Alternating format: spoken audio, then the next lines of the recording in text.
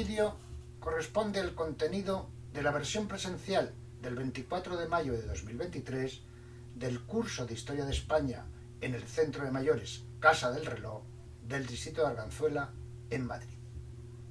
Abordamos una sesión un poco más densa de lo habitual para describir la sociedad española del siglo XVIII.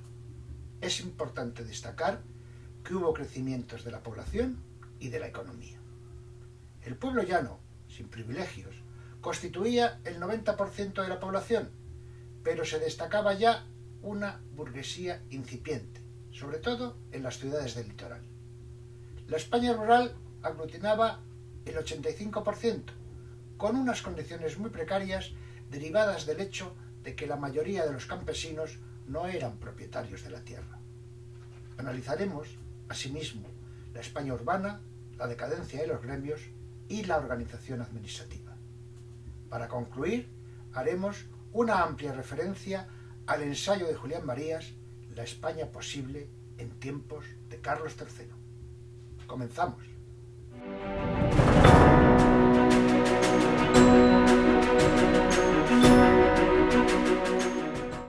Vamos a abordar en esta sesión cómo fue la sociedad española del siglo XVIII.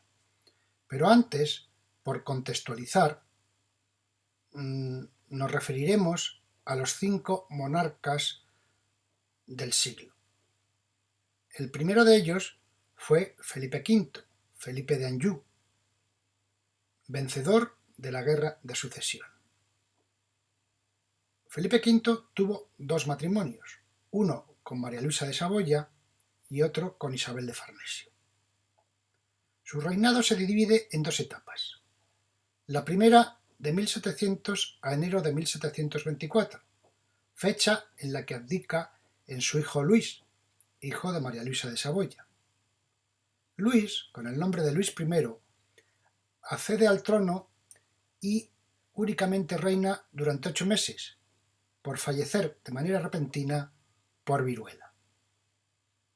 A la muerte de Luis hubo algunas intrigas palaciegas, debido a el documento de abdicación de Felipe V, pero finalmente vuelve al trono y sigue gobernando desde septiembre de 1724 hasta su fallecimiento en 1746. Sus ministros destacados fueron Giulio Alberoni, José Patiño y Pablo Jerónimo Grimaldi. Cuando muere Felipe V, le sucede el segundo hijo de María Luisa de Saboya, con el nombre de Fernando VI, que reina entre 1746 y 1759. Sus ministros destacados fueron José Carvajal, el marqués de la Ensenada, Francisco Rábago y el inglés Ricardo Vall y del Bro. Pero Fernando VI muere sin descendencia y, con esta ocasión, accede al trono uno de los hijos de Felipe V con Isabel de Farnesio, Carlos III. Carlos III, antes de ser rey de España, fue duque de Parma y Plasencia como Carlos I entre 1731 y 1735, rey de Nápoles como Carlos VII y rey de Sicilia como Carlos V de 1734 a 1759. Se convierte en rey de España en 1759 y gobierna hasta su muerte en 1788. Entre sus ministros más sobresalientes destacan el marqués de Esquilache, el conde de Aranda, el conde de Campomanes, el conde de Floridablanca, nuevamente Ricardo Vall y del Broc y Jerónimo Grimaldi. A su muerte accede al trono su hijo, Carlos IV, que fue rey de España entre 1788 y 1808. Entre sus ministros destaca el conde de Floridablanca, que continúa en el cargo cuando se produce la transición de poder, el conde de Aranda y Manuel Godoy. La visión más general y desde mi punto de vista acertada nos la ofrece Pierre Vilar, que se refiere al siglo como un resurgir gracias al aumento demográfico y a la prosperidad económica.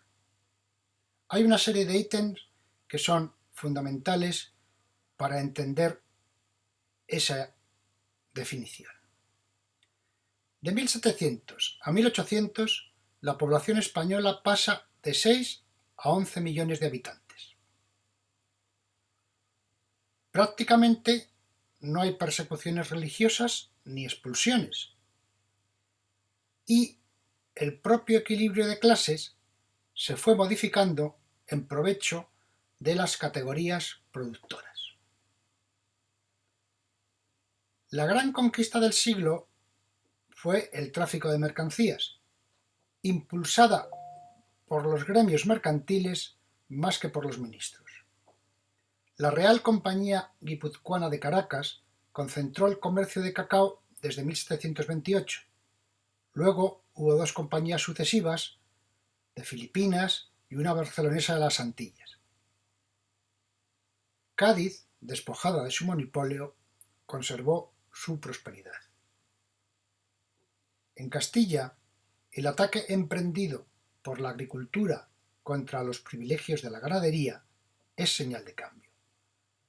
Las roturaciones de tierras, la colonización, la creación de aldeas, todo ello debido al aumento demográfico, se efectúan poco a poco en todas partes y también se reanudan grandes obras públicas.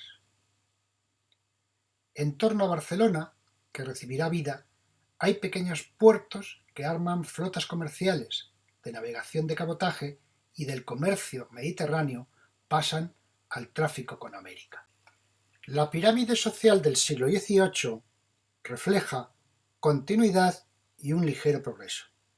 Continuidad ante la separación absoluta de una cúspide de la pirámide, equivalente al 10% de la población, que eran clases privilegiadas, y un 90% que eran los no privilegiados, el pueblo llano. En la cúspide se encontraba el rey, la alta nobleza, príncipes, duques, condes, marqueses y el alto clero, cardenales, obispos, etc. Un escalón por debajo se encontraba la media nobleza, caballeros y nobleza de toga, y asimismo el clero medio, abades y abadesas, miembros de los cabildos, curas de parroquias ricas, etc. En el nivel inferior se mantiene el bajo clero, curas, frailes y monjas, así como la baja nobleza, que son los hidalgos. A partir de aquí se produce una separación hacia abajo entre los sectores sociales, que se llaman pueblo llano, tercer estado, en definitiva, los no privilegiados. En la parte alta están los ricos comerciantes, banqueros, dueños de tierra, títulos de hacienda, que son los que van a constituir la burguesía incipiente. Más abajo se encuentran los niveles modestos, artesanos, profesiones liberales, labradores con tierra, etc. Y en la base, la más mayoritaria, la más amplia, están los pobres, que son campesinos, jornaleros, trabajadores urbanos, etc. Mientras que en la parte alta de la pirámide los estamentos son inamovibles y prácticamente no hay posibilidad de progresión entre unos y otros, lo que sí puede observarse es que entre los no privilegiados, como ven aquí representado, pues existen unas escaleras que permiten subir o también bajar. Las ocupaciones, según la comparación de los censos de 1787 y 1798, son para asignar unas cifras de aristócratas, 400.000, eclesiásticos, 170.000, burócratas y militares, 110.000, labradores y jornaleros, 1.800.000, fabricantes y artesanos, 310.000, comerciantes, 25.000, criados, 280.000. Esto representa lo que de alguna manera podríamos llamar la población activa. La población pasiva es muy difícil de censar por arrastrar gran número de mendigos y vagos, que según Campomanes era de 140.000. En el censo de 1797 se distingue tres tipos de trabajadores agrícolas: labradores propietarios, 364.000, arrendatorios, 507.000, jornaleros, 800.000. Hablando de colectivos no reconocidos por la sociedad, había todavía un escalón inferior, un peor escalón. Me refiero a los esclavos en la España peninsular del siglo XVIII, una realidad silenciada y por tanto muy poco conocida. Hay que partir de la constatación de que la esclavitud ha sido una constante, que incluso persiste en nuestros días. Desde la más remota antigüedad, en el territorio de la península ibérica hubo esclavos. La abolición definitiva de la esclavitud en España no se produjo hasta el año 1870 en la península, 1873 en Puerto Rico y 1880 en Cuba. El Reino de España, destaca López García, tuvo el dudoso honor de ser la cuarta potencia que más se benefició con la trata y explotación de esclavos en la época moderna, periodo en el que cerca de 2 millones de personas fueron vendidas en puertos hispanoamericanos, que fue el volumen más importante, el que se derivó hacia América, pero también en la península. Durante el siglo XVIII, en el territorio peninsular, principalmente en su primera mitad, el fenómeno se mantiene, pero los datos son muy escasos. En los censos no se les contabilizaba. Como tampoco se les bautizaba, no existen en los registros parroquiales. Las principales fuentes utilizadas por los historiadores, todas muy locales, son los registros notariales de compra-venta. Arturo Morgado, estudioso de esos registros notariales, ha establecido que a finales del siglo XVI había en los reinos hispánicos peninsulares 57.582 esclavos, lo que equivale a un 0,73% de la población.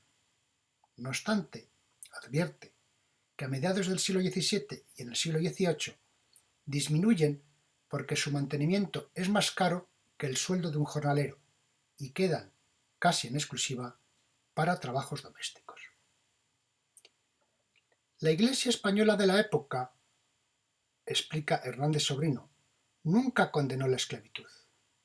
Consideraba que los individuos inferiores, aquellos que la naturaleza había creado de menor valía, podían ser esclavizados por hombres superiores como los cristianos viejos.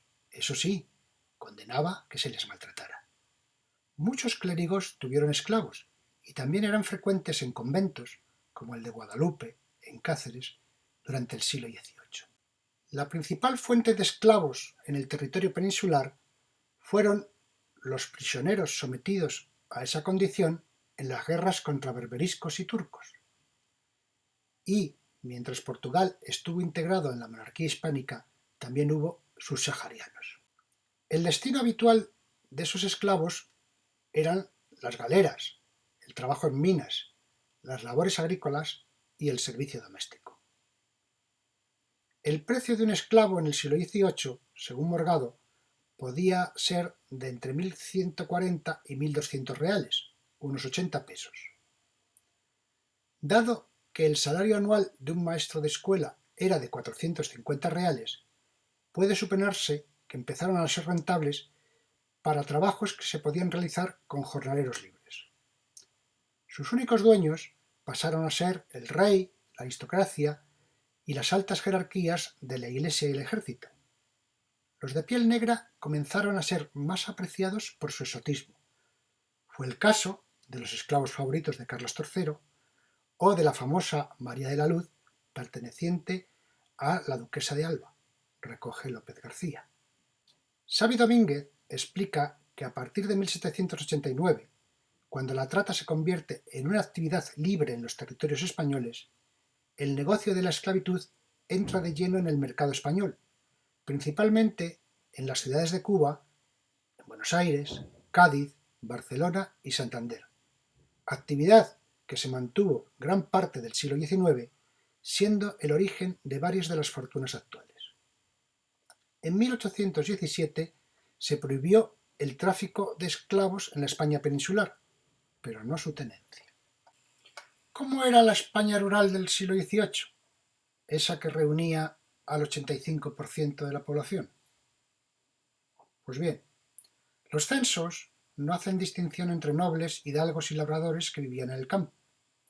Es decir, que solo sabemos que pertenecían al mundo rural. Vamos a entender, por nuestra parte, por agricultor aquel que trabaja el suelo directamente, para sí o para terceras personas, y que no vive de las rentas. A este respecto, el censo de 1797 distingue tres grupos.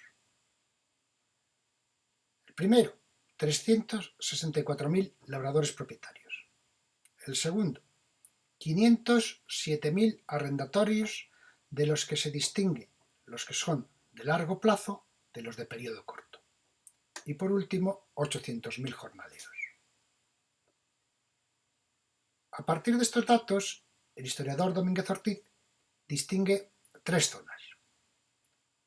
Una, la que comprende la cornisa cantábrica y Galicia, en la que menos de un 25% eran jornaleros.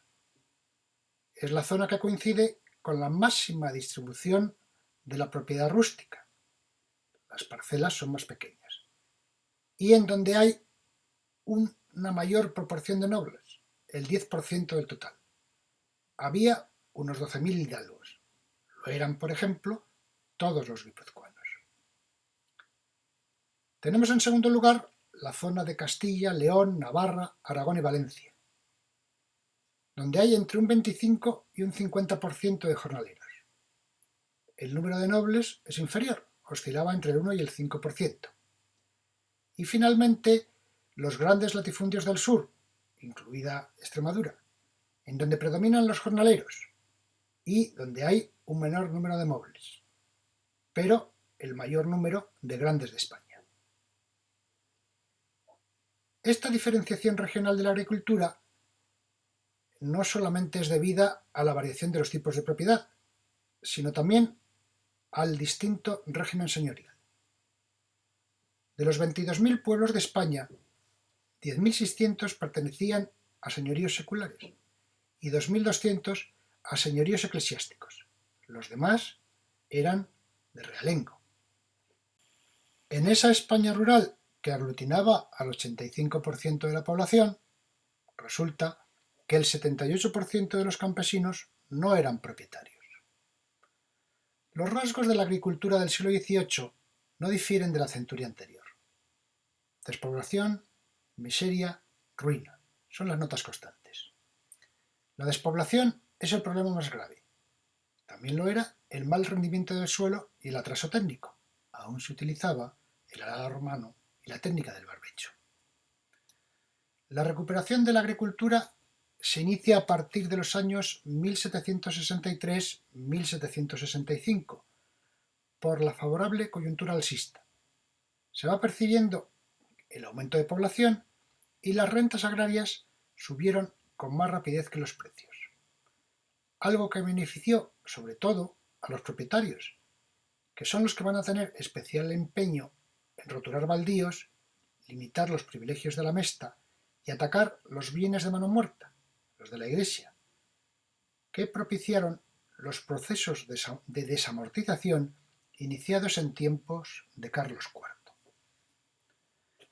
Según los estudios de Antonio Domínguez Ortiz y Richard Hare, había 5 clases de propietarios. La corona, que había perdido una gran parte del poder territorial por haber cedido sus derechos jurisdiccionales. Esto evidencia el debilitamiento de la realeza en favor de la aristocracia, la Iglesia y los grandes terratenientes. La Iglesia, por su parte, tenía grandes extensiones y ejercía derechos jurisdiccionales sobre otros. Su poder estaba más extendido en las tierras de realengo.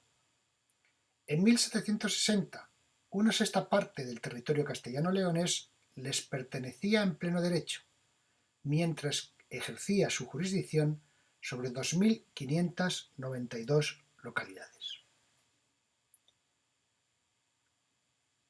Los municipios, cuyas propiedades eran las tierras comunales y concejales, que tenían su origen en concesiones rurales durante la Reconquista.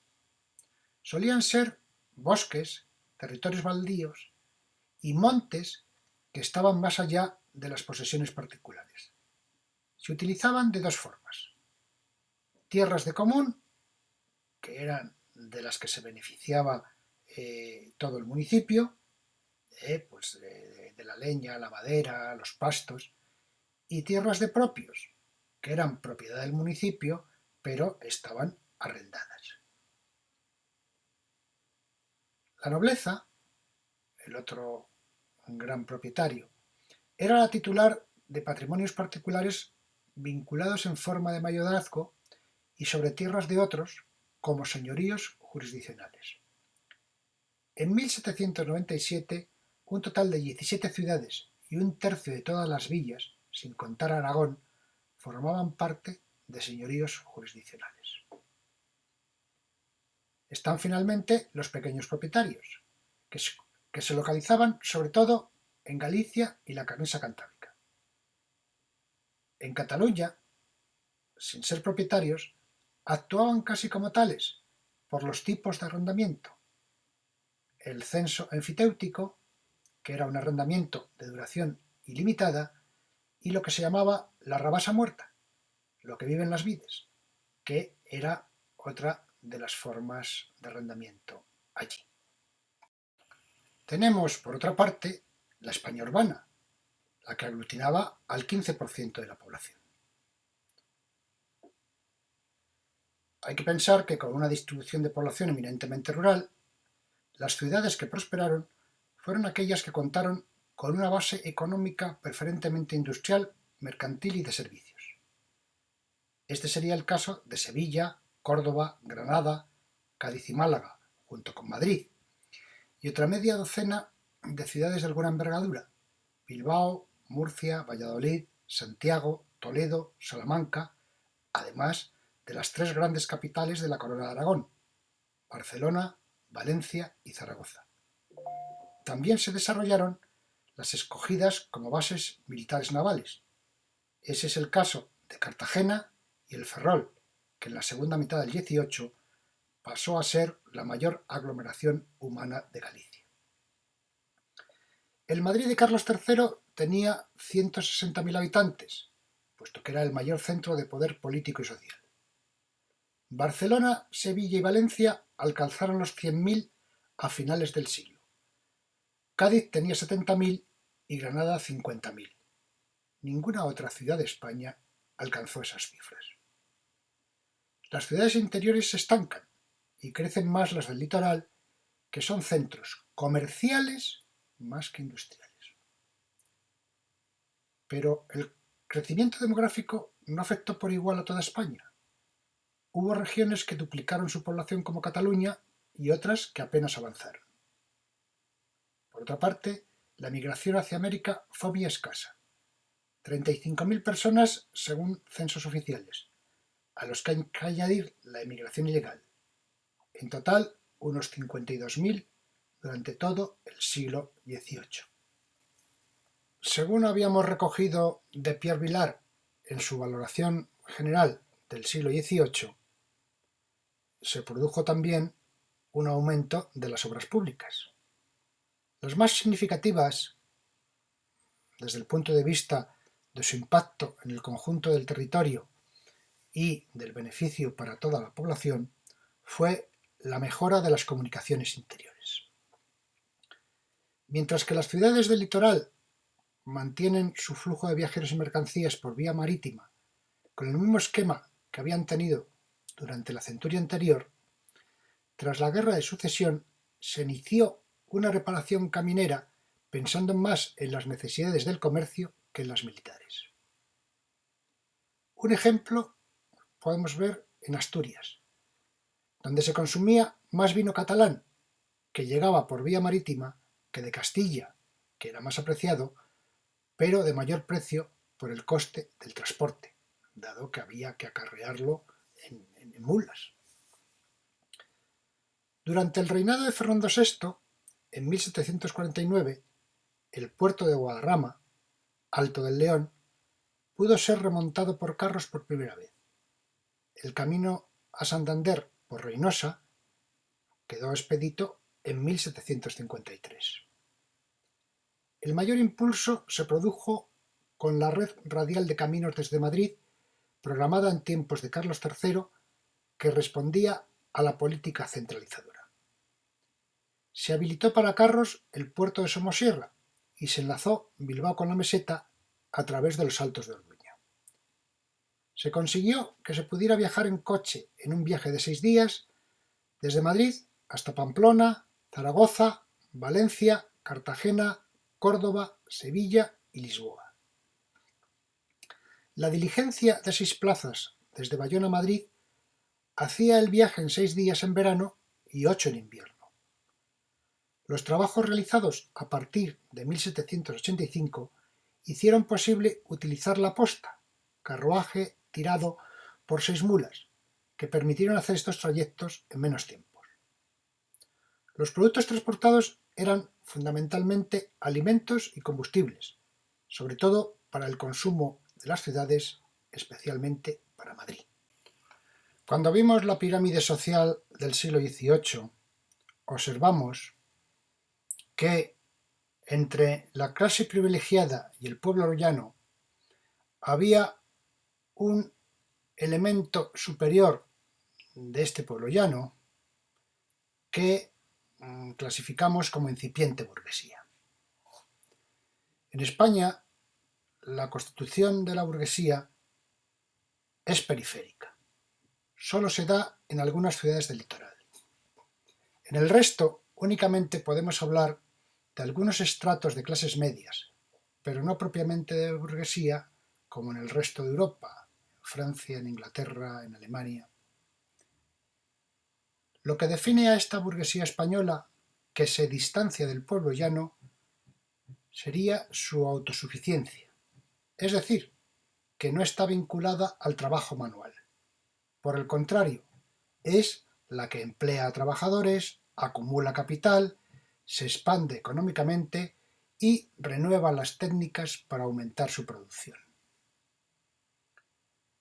Por orden de importancia, este desarrollo se produce en Cádiz, Barcelona y Valencia.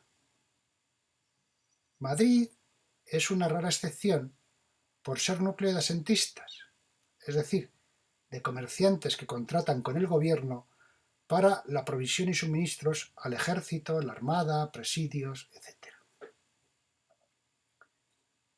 El caso más significativo de esta burguesía periférica es Barcelona.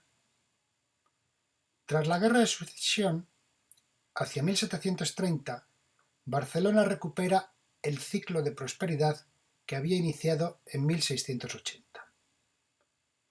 El auge se debe a los beneficios del comercio internacional de vinos, aguardientes y coloniales, que forman un grupo social en el que participan nobles hidalgos junto con los patricios armadores.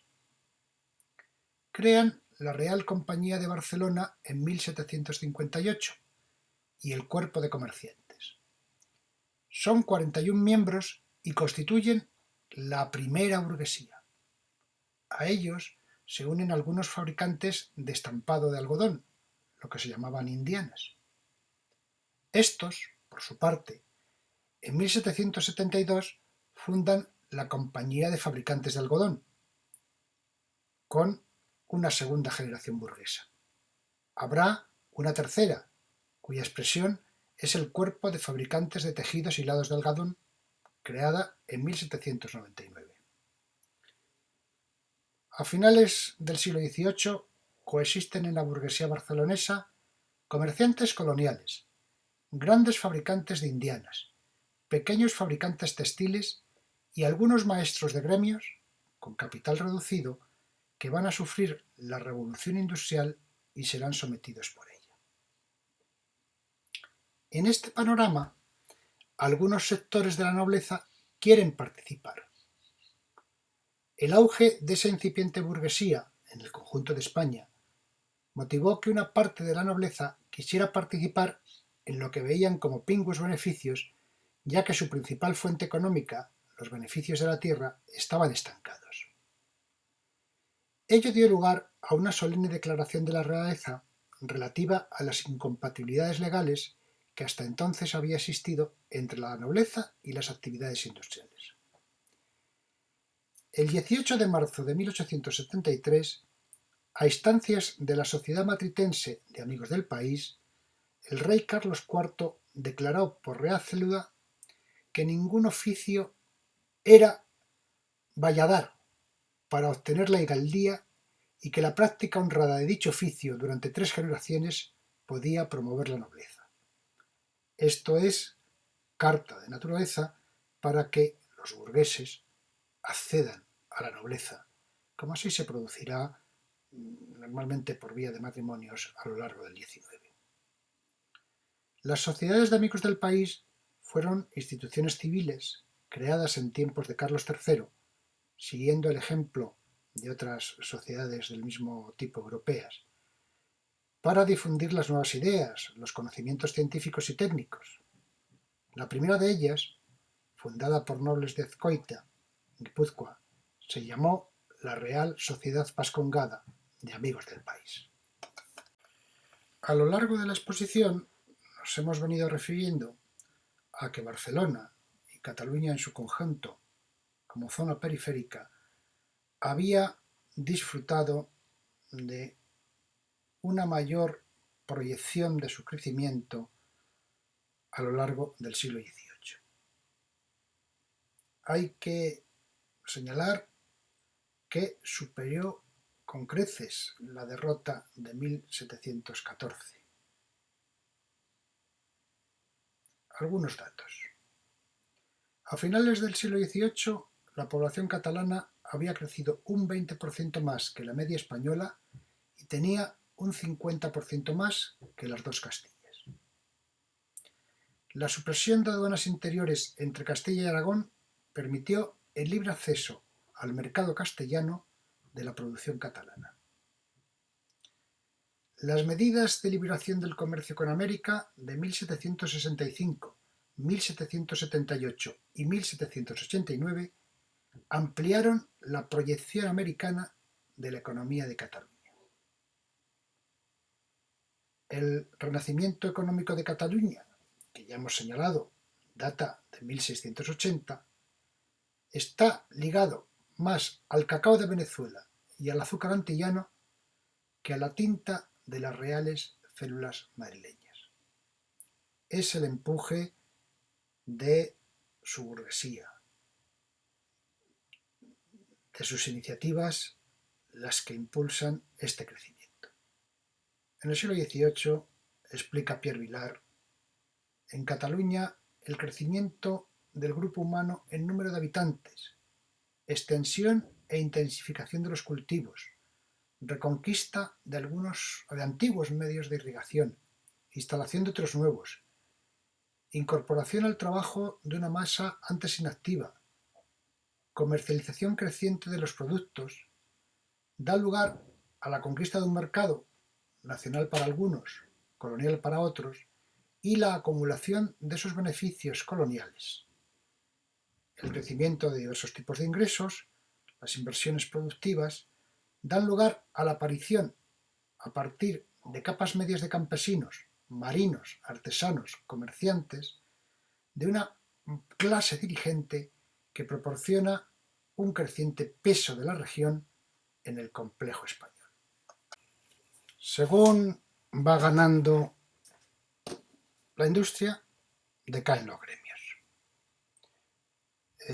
Esto es válido para el conjunto de España. La realidad de los gremios estaba viciada. Ponían trabas al aprendizaje y al examen. El nepotismo era total para mantener un número cerrado de maestros y evitar la competencia. Los oficios estaban atomizados, superespecializados, lo que provocaba el anquilosamiento y eran reacios a cualquier innovación técnica. A finales del siglo XVIII, el número de maestros era superior al de obreros, más jefes que indios, como decimos actualmente. Los gremios defendían la actividad artesanal cerrada, muy alejada de las exigencias de la industria. Por eso, cuando llega la industrialización, los maestros tienen que cerrar y emigrar a las fábricas. Hubo a lo largo del siglo distintos proyectos para la reforma de los gremios, pero el que terminó por imponerse fue el punto de vista de Jovellanos, con su informe sobre el libre ejercicio de las artes, de 1785. Su tesis es que el hombre está condenado al trabajo y por ello merece la libertad de dedicarse a cualquier ocupación sin trabas. Cómo el Estado va reduciendo el poder de los gremios se materializa en una serie de órdenes que implican. En 1772 se autoriza a los extranjeros a establecerse sin examen. Entre 1787 y 1789 se autoriza a los fabricantes de indianas a tener telares sin estar constreñidos a un gremio. En 1799 se proclama la libertad de ejercicio de cualquier oficio. Y en 1792 se legaliza la posibilidad de examinarse para maestro sin pasar por las fases de aprendiz y oficial. ¿Cómo era la organización administrativa de la España peninsular en 1789? Disponemos para ello del llamado Nomenclátor de Florida Blanca, que es el inventario de todas las entidades locales, señalando provincia, partido y término al que pertenecen y clases de justicia. El mapa elaborado según el Nomenclátor de Florida Blanca se ven muchas peculiaridades, observan en el tamaño de algunas de las provincias, por no reintegrar muchos señoríos. Hay provincias enormes, como son los de la Corona de Aragón, Cuenca, La Mancha, Toledo, Burgos, León, Galicia, Extremadura, Sevilla, Granada y Murcia, en un extremo. Frente a otras estaban las pequeñas provincias vascongadas, las nuevas poblaciones y las provincias castellanas de Madrid, Palencia, Toro y Zamora, cuya extensión, sus señoríos, eran muy pequeños. Nos vale como ejemplo práctico la superposición del actual mapa de comunidades autónomas sobre el del nomenclátor de Florida Blanca, que ha realizado el Instituto Geográfico Nacional de España, para que puedan apreciar más esas diferencias entre un mapa y otro. A finales del siglo XVIII, la España peninsular contaba con 4 territorios forales, 21 provincias correspondientes al resto de la Corona de Castilla y 3 reinos en la Corona de Aragón, lo que sumaba en total 28 provincias. Concluimos con una reflexión sobre lo que pudo ser y no fue. Y recurrimos para ello a un filósofo, a Julián Marías. En su obra La España posible en tiempos de Carlos III, nos señala que la Ilustración española, menos brillante que la francesa, menos apoyada por la sociedad, incomparablemente menos aireada y promovida por la propaganda, era mucho más responsable. La irresponsabilidad intelectual que domina casi toda Europa desde el siglo XVIII fue casi enteramente ajena a los modestos, veraces, esforzados intelectuales españoles de aquel tiempo, a los que sitúa en lo que llama centrismo crítico. Desde su punto de vista, esa posición constructiva, evidenciada fundamentalmente en la etapa de Carlos III, expresada sobre todo por las iniciativas de Campomanes y Jovellanos, se quiebra por la reacción antifrancesa producida ante el temor revolucionario de 1789. Él lo llama radicalización inducida. Es entonces, indica, cuando se produce un enquistamiento de las posiciones reaccionarias más ultramontanas, que señalan cualquier atisbo de apertura como un peligroso proceso revolucionario. Marías señala que se produjo una desfiguración que inventa la columna de una ilustración extremista, revolucionaria e impía que nunca existió. Entre líneas, puesto que cuando escribe esto, en 1963, España está sometida a una dictadura, Marías señala que la deformación de la realidad histórica aún no ha terminado. Entendemos, como señala el profesor Rafael Herrera de la Universidad de Educación a Distancia, que lo que trata de decir, hablando del siglo XVIII, es un retrato indirecto de su propio tiempo. Tiempo en el que se vive una radicalización inducida que amenaza con el peligro del extremismo que en realidad no existe en el seno de la sociedad española. Algo, por otra parte, que desde nuestro punto de vista tampoco hemos superado en la segunda década del siglo XXI. Les agradezco su atención. Como habrán podido deducir, con sus claroscuros, el siglo XVIII fue una etapa de progreso que se vio truncada por el temor a la Revolución Francesa. En nuestra próxima sesión, última del presente curso, relacionaremos el siglo XVIII, Madrid y el distrito de Arganzuela con la historia de un fracaso, el Real Canal del Manzanares. Esperando poder contar de nuevo con todos ustedes, les ruego que se cuiden, que nos cuidemos.